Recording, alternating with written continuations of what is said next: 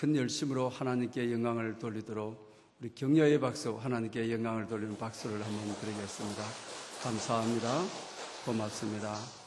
오늘 거룩한 성일에 하나님 앞에 나와 예배하는 모든 영혼들에게 은혜와 평강이 함께 하시기를 축복합니다. 어느 장로님이 이스라엘을 갔을 때의 이야기입니다.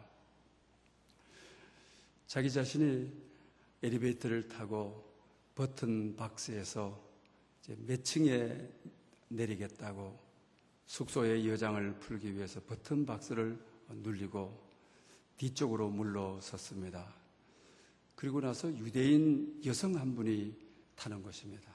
그러면서 버튼 박스 앞에 서 있으면서도 뒤편에 있는 자기를 향해서 몇 층에 내 숙소가 있는데 버튼을 좀 눌러달라고 요청을 하는 것입니다.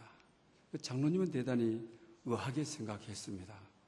버튼 박스 바로 앞에 자기가 터치하면 되는데 자기가 터치 않고 뒤에 있는 자기를 불러서 몇 층을 터치해 달라고 하는 것입니다. 그래서 그 이유를 물었습니다.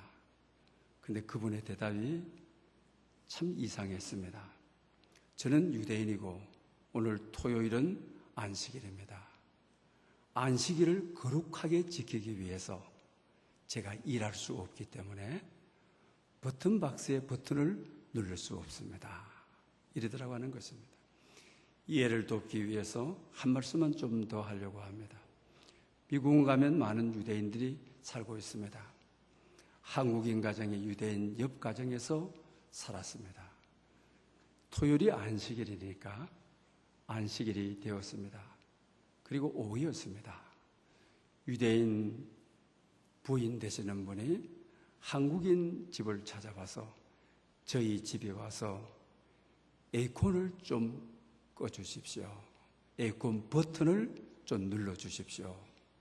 이웃에 사는 것이니까 친절해야 되겠다고 해서 따라갔습니다.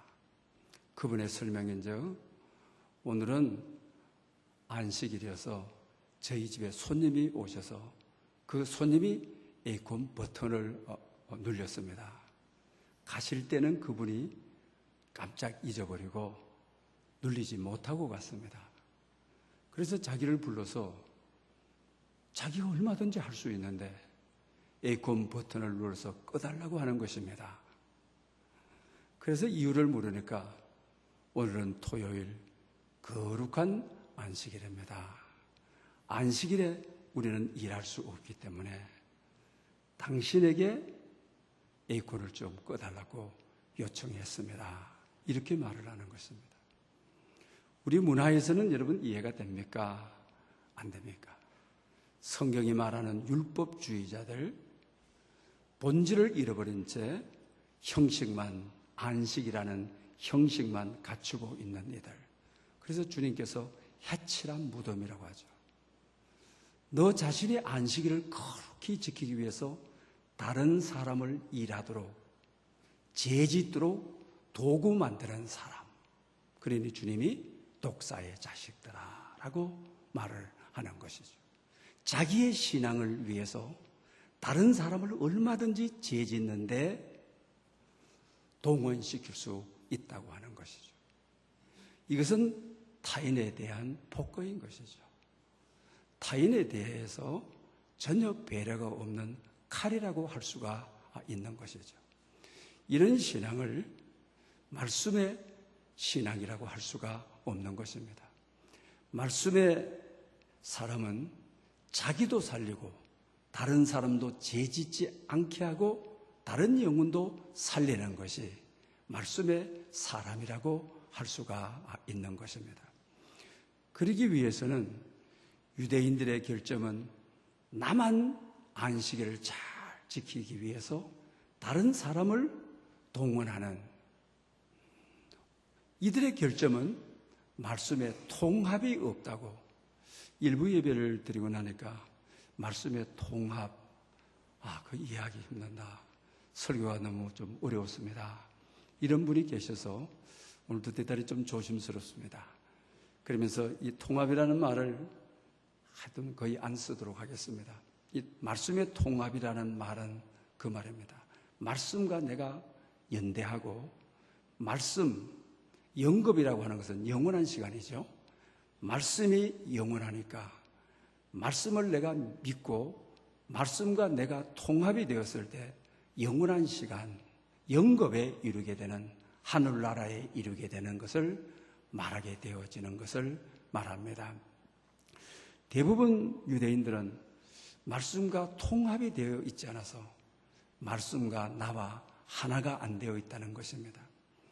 그래서 그들은 자기 이중성에 또 자기 모순에 빠지게 되는 것입니다. 지금 현재 나와 미래의 나는 엄청난 간격이 있는 것이죠. 지금 현재의 나는 미숙할 수가 있습니다. 또 서툴 수가 있습니다. 그러나 미래의 나는 아직도 시간이 있기 때문에 성숙할 수 있고, 그 다음 또한 성화될 수가 있는 것이죠. 지금의 나와 미래의 나 차이의 간격을 자기 모순이라, 그리고 자기 이중성이라 이렇게 말을 하는 것입니다. 우리가 어떻게 하면 기쁨이 있는 신앙생활, 하나님이 원하는 신앙생활, 다시 말하면 자기 모순이 아닌 자기 이중성을 버리는 신앙생활, 자기 모순과 이중성을 극복할 수 있는 신앙, 이것을 우리는 하나님의 말씀과 하나가 되는, 하나님의 말씀과 연합이 되는, 하나님의 말씀이 내 안에 들어와서 체화되는, 뼈가 되고 살이 되고 인격이 되고 피가 되는, 하나님의 말씀이 내 자신의 인격이 되어버리는, 이럴 때에 하나님의 말씀의 통합을 통하여 내가 살고 안식일을 지키기 위해서 다른 사람을 제 도구로 쓰는 것이 아니라 그분도 사는, 그리고 하나님이 일하시는, 하나님이 역사하시는, 이것을 말하는 것입니다. 말씀이 통합이 되었을 때에 우리는 영혼을 담고 진리를 담는 그릇이 될 수 있는 것입니다. 그래서 오늘 본문의 제목을 영혼을 담는 진리의 그릇이라, 이런 제목을 붙이게 되었습니다. 오늘 본문은 말씀과 그리고 우리 자신들이 자기 이중성과 모순성을 극복하고 말씀과의 연합, 말씀과의 접목이 되는 모습을 잘 보여주고 있는 것을 보게 됩니다. 오늘 복음 전도의 활동 무대는 욥바라고 하는 지역인 것이죠. 이곳에 다비다라고 하는, 또는 헬라 말로 이 도르가라고 하는 선행과 구제에 아주 뛰어난 여인이 살고 계셨습니다. 이렇게 선하게 살고 많은 사람들에게 영향력을 미쳤던 그가 갑자기 세상을 뜨게 되는 것입니다. 그래서 베드로가 욥바 바로 근처에 있는 룹다라고 하는 곳에 있었습니다. 욥바의 성도들이 정중히 베드로를 찾아가게 됩니다. 그리고 참 우리 지역에서 선행과 구제를 아끼지 않던 욥바 교회에 이 어른이 세상을 뜨게 되었습니다. 와서 좀 도와주십시오라고 합니다. 그래서 베드로는 지체하지 않고 찾아오게 되어지는 것입니다. 베드로가 찾아와서 감동을 받은 것이 오늘 본문에서 우리가 깊게 생각해야 될 한 내용이 있습니다. 장례식이 돼야죠. 사람이 죽었으니까. 욥바에 있는 가난하고 가부된 사람들이 옷을 가지고 와서 이 다비다라고 하는 이분이 살아계실 때에 손수 속옷을 지어서 우리에게 주었습니다. 옷을 지어서 우리에게 선물했습니다. 우리에게 이런 은혜를 베풀었습니다. 우리에게 이런 선행을 했습니다. 구제했습니다. 그럴 때 베드로가 너무 감격스러워서 기도가 일어나는 것입니다. 그리고 나서 다비다야 일어나라 해서 죽은 자를 살리는, 예수 그리스도가 메시아가 됨을 증명하는 한 사건을 나타내고 있습니다. 우리 인생 마지막 어떤 준비를 해야 되느냐, 오늘 본문은 우리에게 잘 가르쳐주고 있습니다. 쓸쓸히 나온 자만의 죽음이 아닌 내가 구제하고 선행을 했던 사람이 장례식장에서 이분이 손수 지어서 이렇게 가부된 우리들에게 옷을 선물로 해 주었습니다. 살기 어려운 우리들에게 이런 은혜를 베풀고 이런 선물을 주었습니다. 오늘 본문의 이 현장은 여러분의 삶의 마지막 현장에 축복된 현장이 될 수 있기를 바랍니다. 저는 오늘 이 본문을 가지고 사실 여러분들에게 말씀드리려고 하는 것이 아닙니다. 본문 마지막 43절에 주의해 보고자 합니다. 본문 43절은 우리에게 엄청난 충격을 주고 파격을 주는 말씀이라고 할 수가 있습니다. 오늘 43절은 베드로가 요빠에 있을 때에 무두장이 집에서 오랫동안 머물었다.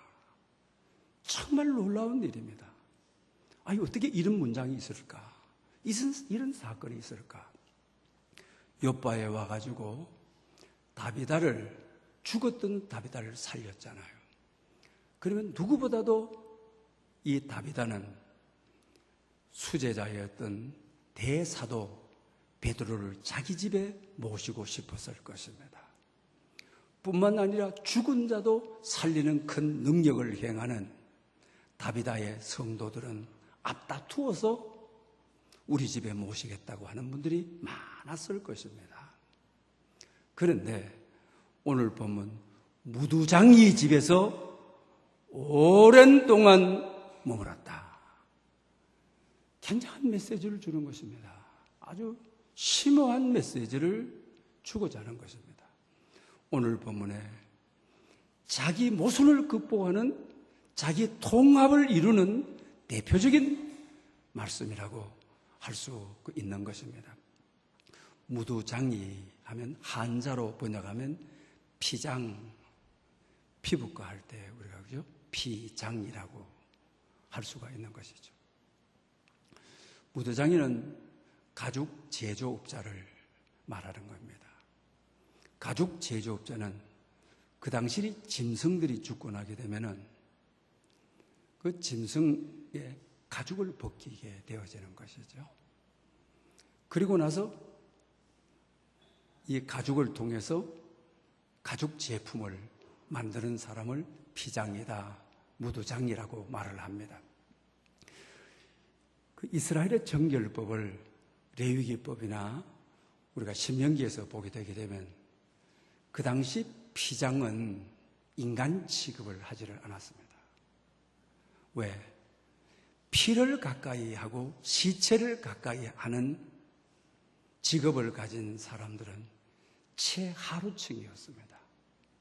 어디에 가서도 직장을 구할 수 없기 때문에 이것 하지 않고는 안 될 사람들, 이것 하지 않고는 마지막에 가서 먹고 살 길이 없는 사람들이 그 당시 피장이라고 하는 직업을 가지게 되는 것입니다.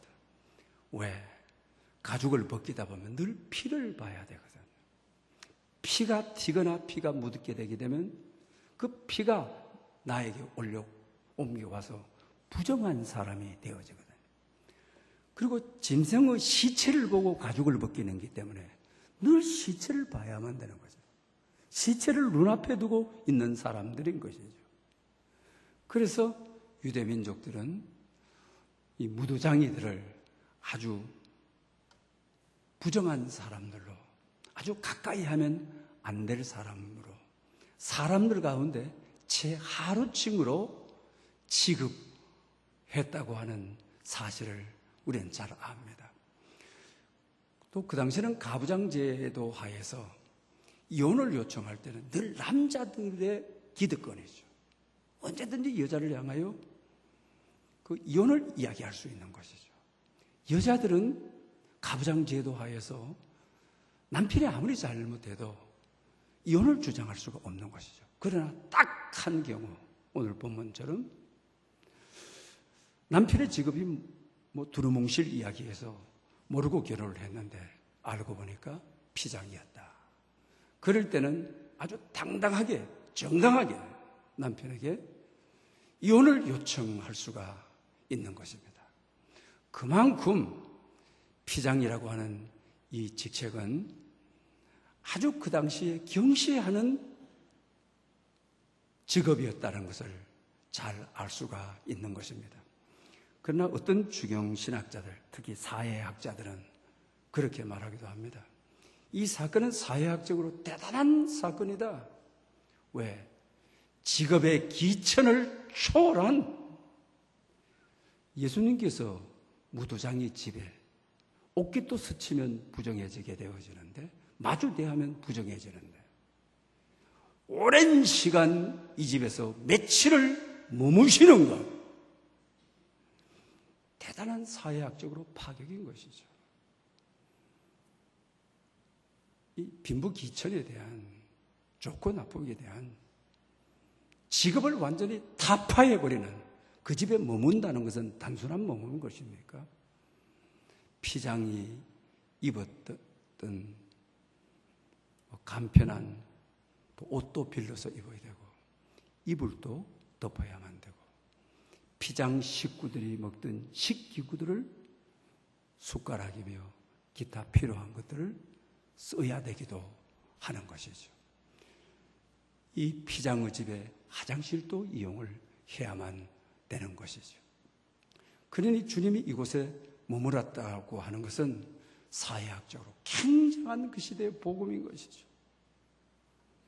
이렇게 천한 자로, 부정한 자로, 또 사회 공동체의 일원으로 사는 것이 아니라 외딴 곳에 가서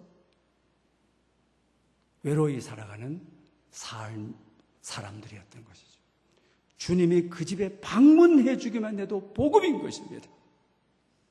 그러나 이 집에 오셔서 이 집의 식구가 되어주시는 것입니다. 식기구를 같이 쓰시는 것입니다. 침대 기구를 같이 쓰시는 것입니다. 얼마나 놀라운 은혜입니까?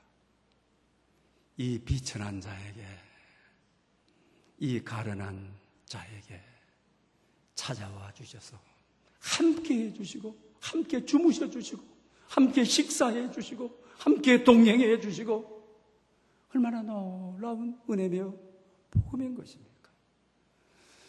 여러분 삶에 오늘 피장과 같은 자기의 신분에 자존감이 너무 낮고, 또 이런 일 저런 일 하다가 마지막 일터를 잡아서 이곳 외에는 먹고 살 길이 없다, 이 일을 할 수밖에 없는 처지에 있던 분들, 주님은 외면하지 않습니다. 그 시대의 기득권층인 율법주의자들은 외면하고 욕을 퍼부었지만, 주님은 그곳에 오셔서 주무시는, 그와 함께 하시는, 삶을 같이 살아가시는 그런 은혜와 축복이 있으시기를 축원합니다. 그러나 이 말씀보다도 말씀의 통합이라고 하는 차원에서는 오늘 본문에서 유대인들 말입니다. 피장을 아주 이렇게 무시하고 부정한 자로 몰아가는 것이죠.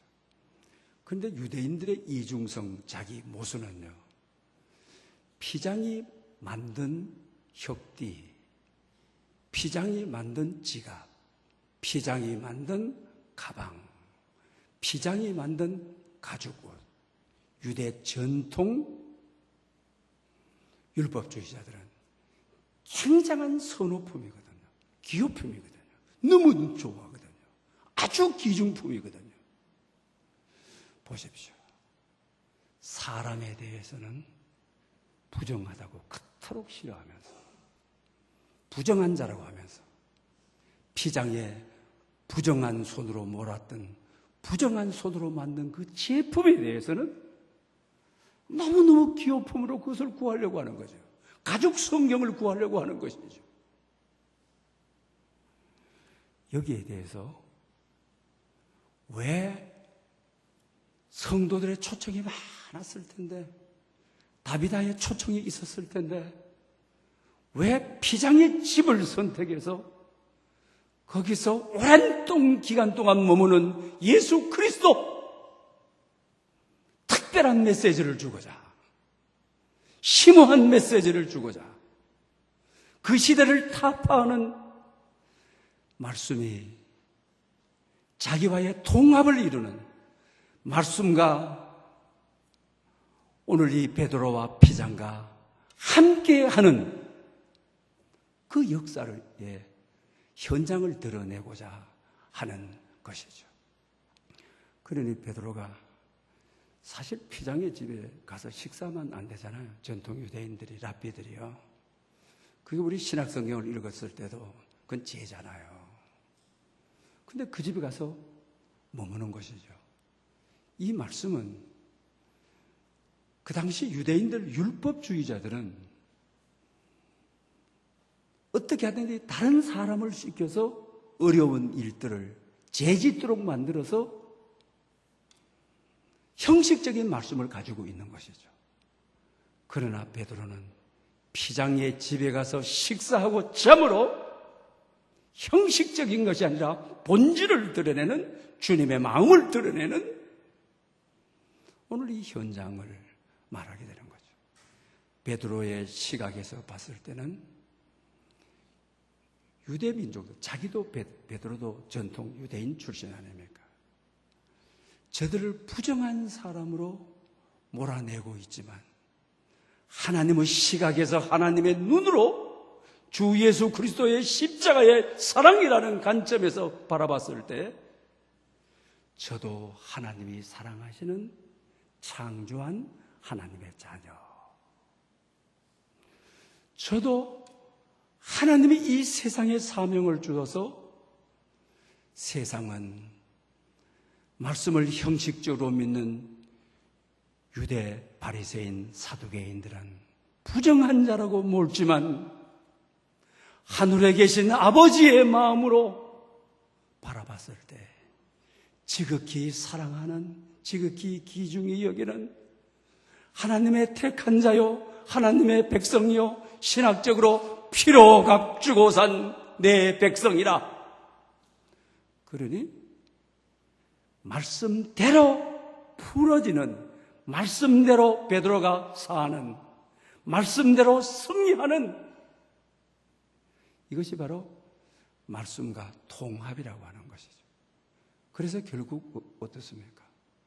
진리의 그릇, 영혼의 그릇이 되죠.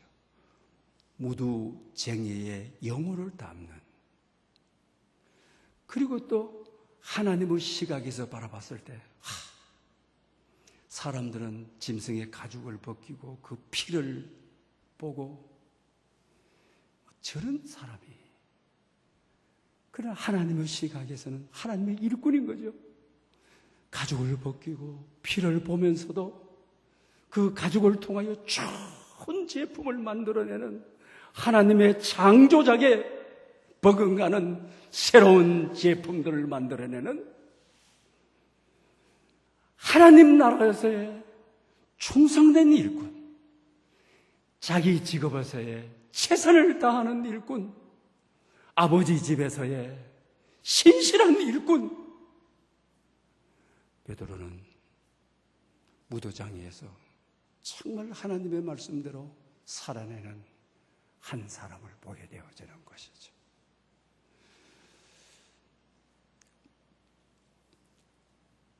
알퐁스 도데가 쓴 고세 신부의 불로장생주라고 하는 책이 있습니다. 이것은 뿌레몽트루 수도원에서 있었던 이야기를 현대 교회와 현대 성도들을 고발하는 내용인데요. 재정적으로 중세에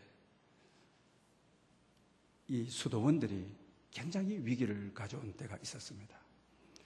이 수도원도 뾰족한 종탑이 무너져 버렸는데도 다시 세울 수 있는 힘이 없습니다.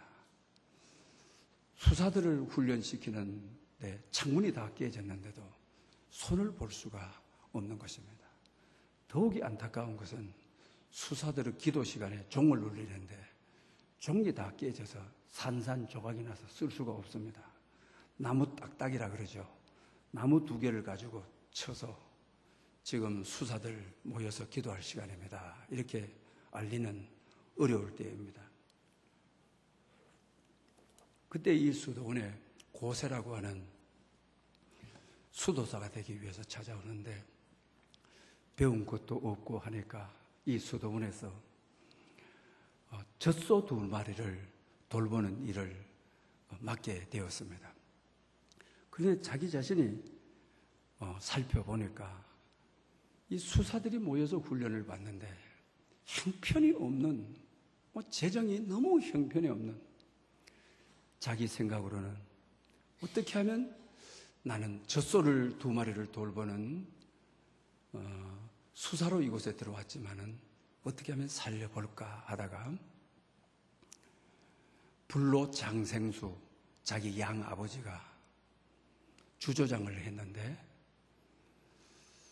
늙지 않고 오래 사는 장생수를 만드는 아버지였는데 어깨너머로 보았습니다. 그래서 6개월 동안 막 이렇게도 만들어보고 저렇게도 만들고 이렇게도 저렇게도 만들고 6개월 이후에 정말 고세가 만든 불로 장생수가 나오게 되었습니다. 프랑스 전역에 불티가 나도록 팔리게 되었습니다. 이 수익금은 다 수도원으로 모이게 되어지는 것입니다. 그리고 이제 이 수도원을 다시 제거를 합니다. 뽀족탑도 세워지게 되어지는 것입니다. 창문들을 다시 다 만들게 되어지는 것입니다. 나무 딱딱이로 종을 울렸는데 아주 은은한 종소리가 울리는 종도 구입하게 되어지는 것입니다. 그런데 어느 날 저녁 미사가 되었습니다.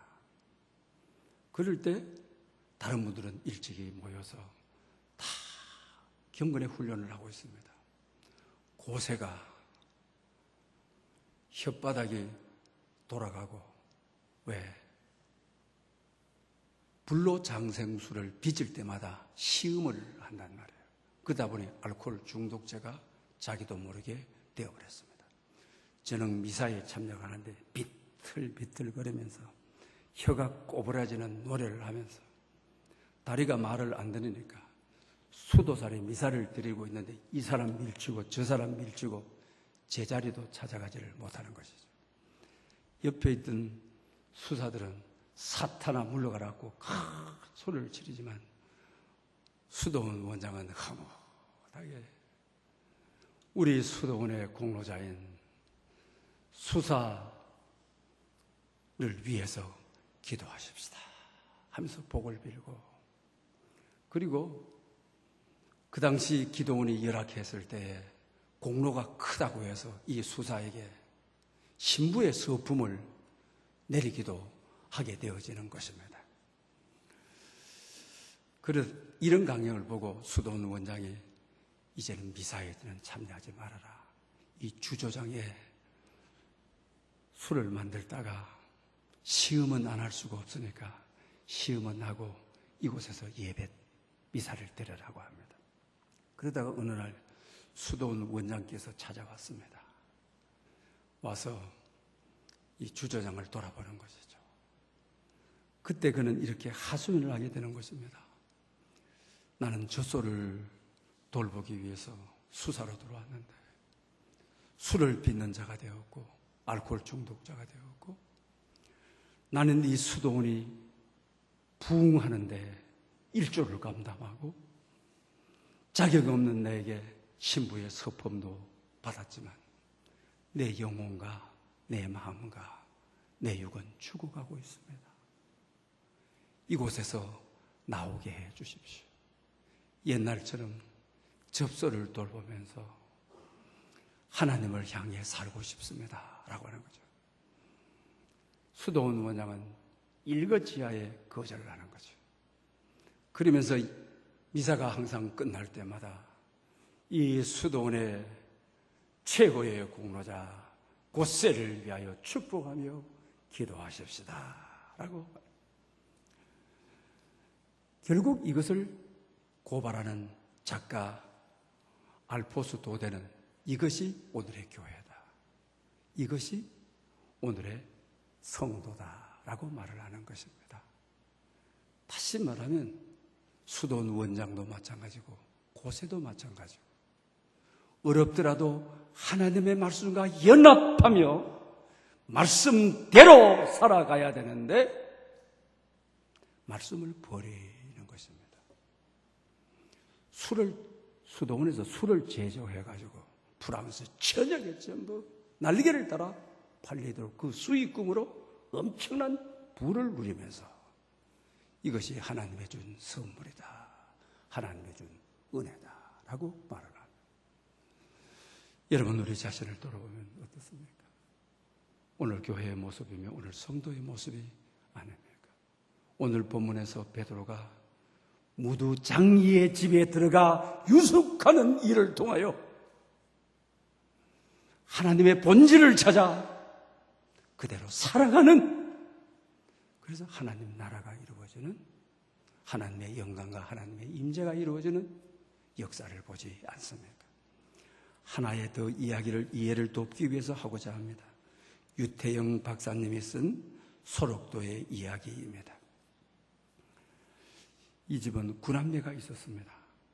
그런데 11살 난 한 아이가 한센병에 걸렸습니다. 이 한센병에 걸린 이 아들을 데리고 소록도로 가는 눈물겨운 감동적인 이야기이기도 한 겁니다. 그 당시 우리 사회에서 집안에 장애인이 태어나게 되면, 특히 한센병이면 격리시켜서 집안도 모르게 격리, 식구들만 알게 격리를 시켜놓고, 여러분도 시골에 있을 때 그런 분들 간혹 봤을 것입니다. 왜? 그 형제 가운데 한센병이 있다면 그 자식들을 다 결혼을 못 시켜요. 자식들의 장래를 다 막아버리기 때문에 철저하게 고립시키고 집안도 모르게, 동네도 모르게, 어느 누구도 모르게. 그러다가 이 아버지는 더 이상 자라나가는 모습을 보고 안 되겠다 해서 또 차를 타고 소록도에 가는 게 아니에요. 왜? 친척들이나 보고 이웃들이나 보게 되면 자녀들이 다 결혼을 시킬 수 없는 길이 다 막혀버리는 거예요. 그러니까 며칠을 걸어서 이틀, 3일, 열흘, 일주일, 2주일 걸어서 갑니다. 남 모르게. 그러다가 어느 나무 밑에서 아들하고 잠이 들었습니다. 오랜 동안 소록도 가는 길에 아들의 눈썹은 다 없어지고 입술이 다 없어져서 이빨만 이렇게 튀어나와 있는 귀도 없어져 버리고, 그래서 자기 자신이 소록도 갈 것도 없다.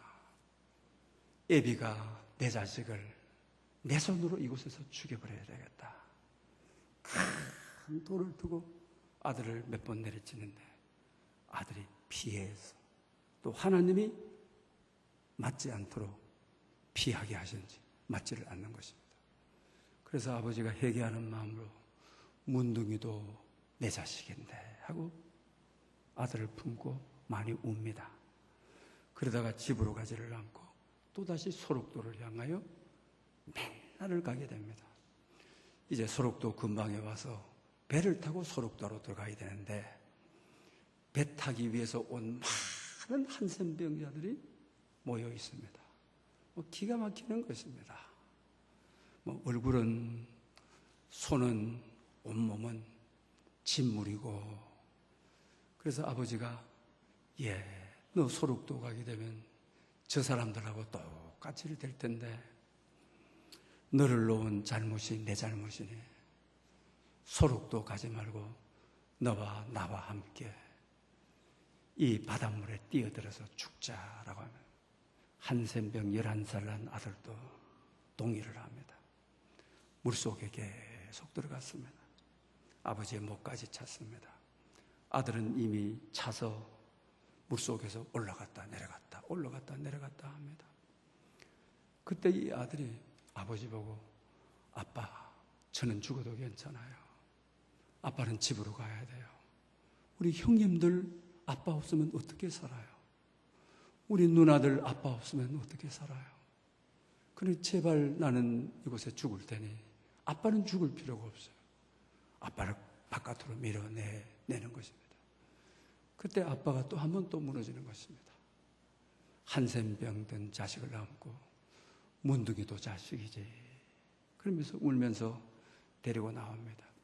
그리고 나서 소록도로 배를 타고 들어가게 되어지는 것입니다. 그리고 아들을 거기 두고 나오면서 40년을 아빠는 매정하게 잊어버리는 것입니다. 그리고 고향에 돌아와서 팔남매들을 농사를 지어서 공부를 잘 시켜서 팔남매를 다 대학을 보내게 된 것입니다. 그런 가운데 아내가 보면 세상을 떴습니다. 그러니 시골에 아내도 없이 혼자서 살아가는데 어느 날 큰아들이 전화가 왔습니다. 아버지 지금까지 너무 수고하시고 우리 팔남매 다 이렇게 훌륭한 키우셨는데 재산을 다 정리해서 저희 집에 와서 이제 저희들과 함께 사십시다. 제가 잘 모시겠습니다. 그래서 전제를 다 팔아서 이제 서울로 갔습니다.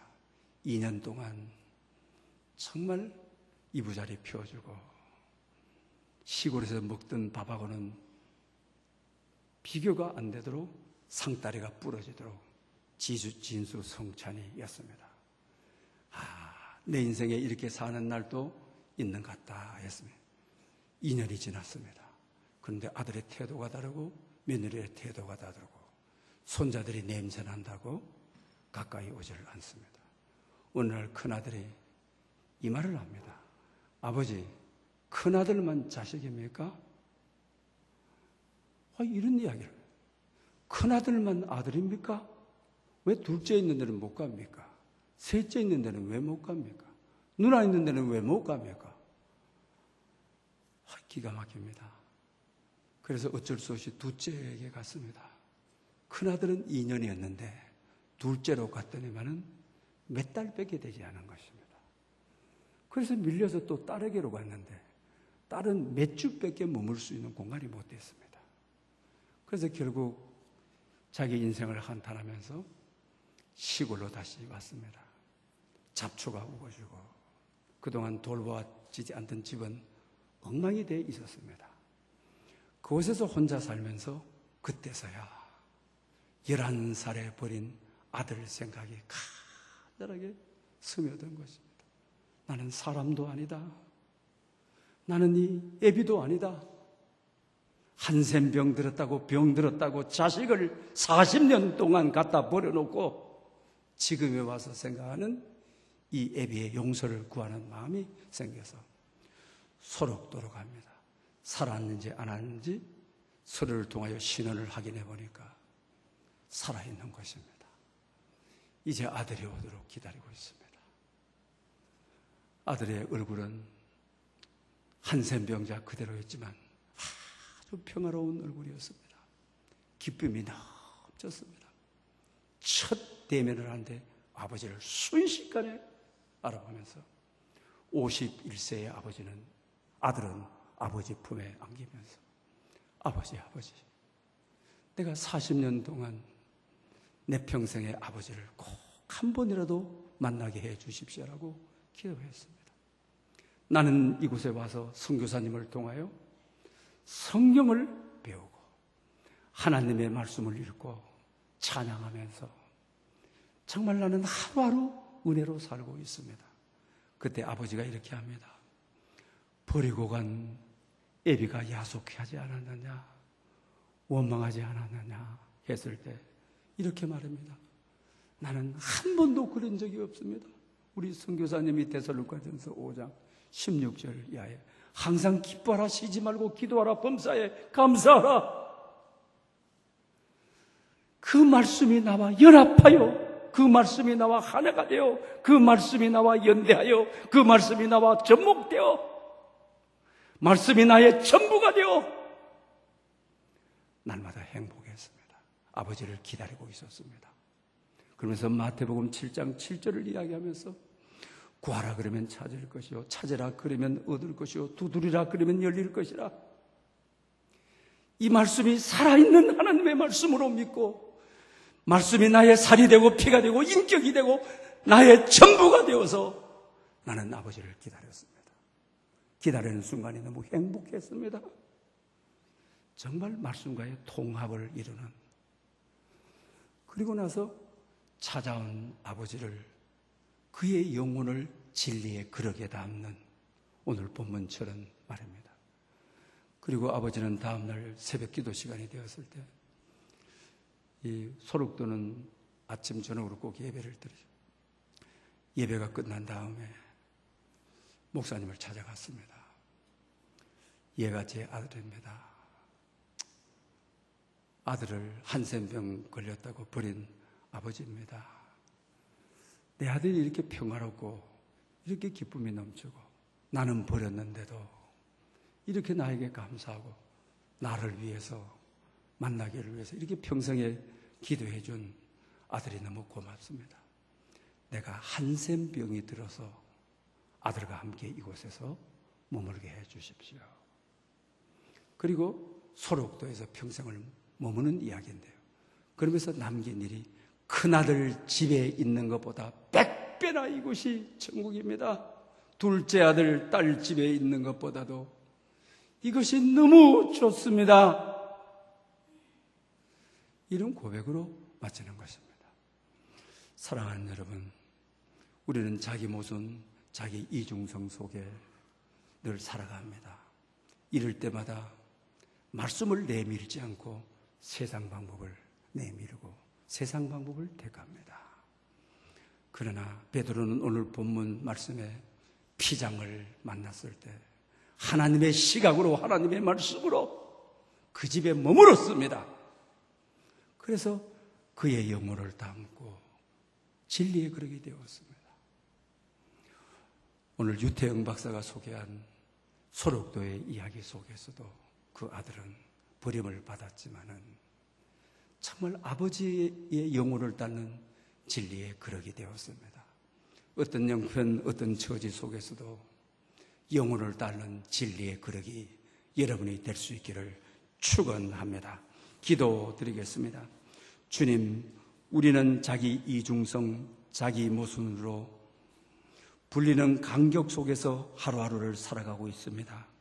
오늘 본문에서 유대인들은 무도장이의 존재는 부정하면서도 무도장이가 만든 제품만은 귀하게 여기는 자기 모순, 자기 이중성에 빠져 있었습니다. 이 모습은 우리의 모습이며 오늘의 교회의 모습입니다. 이 감격을 오직 진리의 말씀으로 통합되게 하시고 우리의 통합된 자의 삶이 영혼을 담는 생명의 그릇이 되게 하옵소서. 베드로가 하나님 말씀 안에서 보니 무도장이 역시 하나님의 형상을 지닌 하나님의 자녀요, 하나님께서 창조하신 이 세상의 한 부분을 충실하게 지키고 있는 하나님의 일꾼이었습니다.